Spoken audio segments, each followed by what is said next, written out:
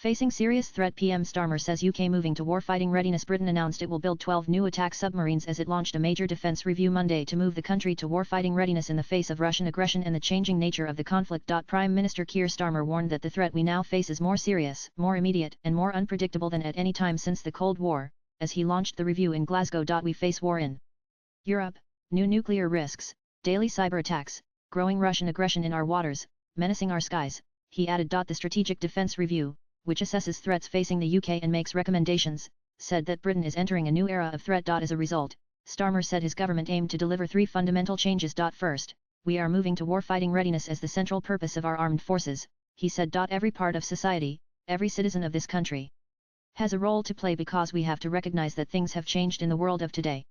The front line, if you like, is here, he added. Secondly, the Prime Minister insisted that UK defence policy will always be NATO first, and finally that the UK will innovate and accelerate innovation at a wartime pace so we can meet the threats of today and of tomorrow. Nan the UK has been racing to rearm in the face of the threat from Russia and fears that US President Donald Trump will no longer help protect Europe. Starmer said it would serve as a blueprint for strength and security for decades to come, taking into account the increasing use of drones and artificial intelligence on the battlefield. His government pledged in February to lift defence spending to 2.5% of GDP by 2027 in the largest sustained increase in defence spending since the end of the Cold War. And despite budget constraints, it aims for spending to rise to 3% in the next parliamentary term, due in 2029. The Labour government has said it will cut UK overseas aid to help fund the spending. Based on the recommendations of the review, which was led by former NATO Secretary-General George Robertson, the government said Sunday that it would boost stockpiles and weapons production capacity, which could be scaled up if needed. This includes $1.5 billion, $2 billion for building at least 6 munitions and energetics factories,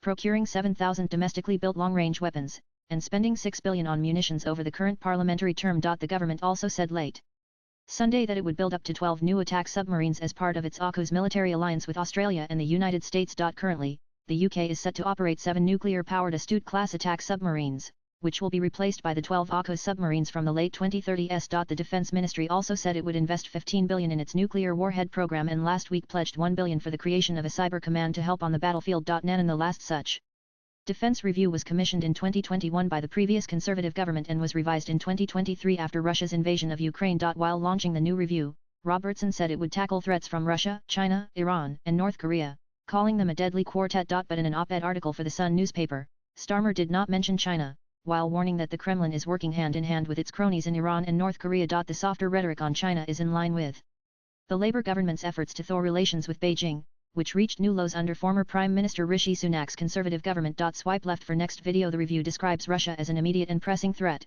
but calls China a sophisticated and persistent challenge, according to The Guardian. At a time when Washington is demanding that its NATO allies bolster their own defences, Britain is considering strengthening its deterrent by buying nuclear missile-capable aircraft from the United States, The Sunday Times reported. Latest blogs.